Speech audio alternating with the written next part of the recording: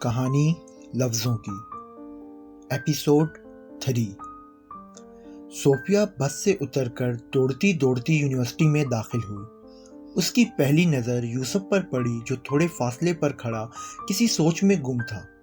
وہ یقیناً وہاں پر کھڑا صوفیہ کا ہی انتظار کر رہا تھا۔ صوفیہ لوگوں کی بھیڑ میں چھپتی چھپاتی یوسف کے پاس پہنچی اور اسے زور سے دھکا دیا۔ یوسف گرتے گرتے بچا۔ صوفیہ کہکے لگا کر ہنسنے لگی۔ صوفیہ، یہ کیا بدتمیزی ہے؟ یوسف غصے ہو کر بولا۔ تو تم بھی کن خیالوں میں گم تھے؟ مجھے آتے ہوئے دیکھ نہیں سکتے تھے؟ صوفیہ نے اطمینان سے جواب دیا۔ اوہو، الٹا چور کوتوال کو ڈانٹے؟ یوسف نے طنز کیا۔ ویسے بھی تمہارے بارے میں ہی سوچ رہا تھا۔ میرے بارے میں کیا سوچ رہے تھے؟ صوفیہ نے حیران ہو کر پوچھا۔ یہی کہ اگر آج بھی تم لیٹ ہو گئی تو تمہارا یہ کورس تو پکا ڈراپ ہے۔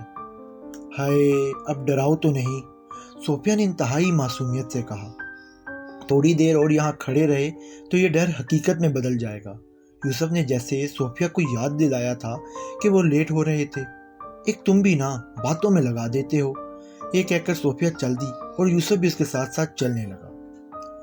وہ دونوں تیزی میں اپنے ڈپارٹمنٹ کی طرف جا رہے تھے کہ اچانک صوفیہ نے اپنی گھڑی پر وقت دیکھا اور وہ آہستہ ہو گئی۔ کیا ہوا؟ آہستہ کیوں ہو گئی؟ بہت ٹائم ہے کیا؟ یوسف نے حیران ہو کر پوچھا اور اپنی جیب سے موبائل نکال کر وقت دیکھنے لگا۔ ہم آلریڈی لیٹ ہو چکے ہیں، صوفیہ نے گہرا سانس لے کر جواب دیا۔ تو اور لیٹ ہونا ہے کیا؟ یوسف ہڑبڑایا۔ یوسف، اب ہم جتنا بھی تیز چل لیں لیٹ تو ہم ہو چکے ہیں، اس لیے سلو چلو۔ پہلے ہی بس کے پیچھے بھاگ بھاگ کر میں تھک چکی ہوں۔ صوفیہ کا اتنا مطمئن جواب سن کر یوسف کو ایسا محسوس ہوا تھا جیسے اٹینڈنس صوفیہ کی نہیں بلکہ اس کی شارٹ ہو رہی ہو۔ خیر، جیسے ہی وہ اپنی کلاس کے پاس پہنچے تو یوسف نے دروازے سے جھانک کر دیکھا کہ میم رابعہ وائٹ بورڈ کے سامنے کھڑی مارکر سے بورڈ کی طرف اشارہ کرتے ہوئے کلاس کو لیکچر دے رہی ہیں۔ یوسف دروازہ کھول کر کلاس میں داخل ہوا تو پوری کلاس کے سر ایک ساتھ مس رابعہ سے ہٹ کر یوسف کی طرف مڑ گئے۔ مس رابعہ بھی اپنا جملہ آدھا چھوڑ کر یوسف کی طرف دیکھنے لگی۔ یوسف، آج تم لیٹ؟ خیریت تو ہے؟ مس رابعہ نے فکر انداز لہجے میں سوال کیا۔ وہ میم ہم، یوسف پیچھے اشارہ کرتے ہوئے مڑا تو پیچھے کوئی نہیں تھا۔ وہ وہاں پر اکیلا کھڑا تھا۔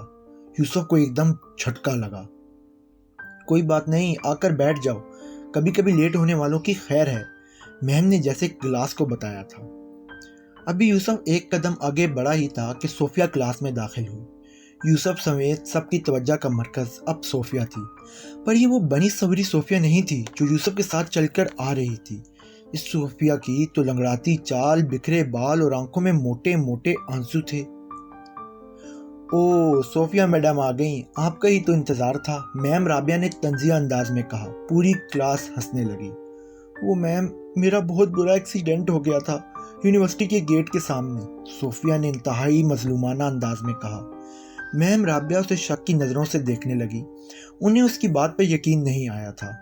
صوفیہ میم کی نظروں کو بھانپ گئی اور پھر کہنے لگی، میم اگر آپ کو میری بات پر یقین نہیں ہے تو یوسف سے پوچھ لیجئے، اس کے سامنے ہی ہوا تھا ایکسیڈنٹ۔ اس نے تو مجھے کلاس میں آنے سے منع بھی کیا تھا، لیکن آپ کو تو پتہ ہی ہے نا کہ میری اٹینڈنس شارٹ ہے، تو میں جیسے تیسے کر کے آ ہی گئی۔ آپ چاہیں تو مین گیٹ کے سیکیورٹی گارڈ سے بھی کنفرم کر سکتی ہیں۔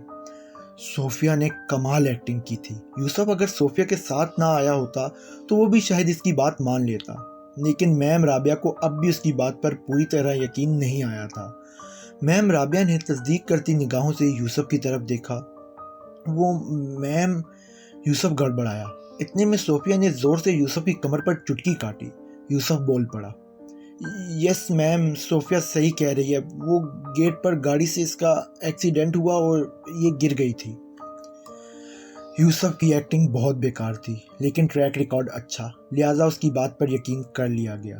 اوکے دین، مریم اٹھو اور اسے میڈیکل روم لے جاؤ اور اس کے گھر والوں سے کانٹیکٹ کرو تاکہ وہ آ کر اسے پک کر لے۔ میم رابعہ نے سامنے بیٹھی ایک لڑکی کی طرف اشارہ کیا جو غالباً اس کلاس کی جی آر تھی۔ مریم میم کے حکم پر اٹھنے ہی والی تھی کہ صوفیہ بول پڑی، میم آپ یوسف کو میرے ساتھ بھیج دیجئے، وہ ایکچولی میرا فون بھی گر کر ڈیڈ ہو گیا ہے اور اس کے پاس میرے گھر کا نمبر ہے تو ہم کانٹیکٹ کر لیں گے۔ اچھا ٹھیک ہے یوسف، تم چلے جاؤ اس کے ساتھ اور میک شور کہ اس کے گھر والے سے پک کر لیں۔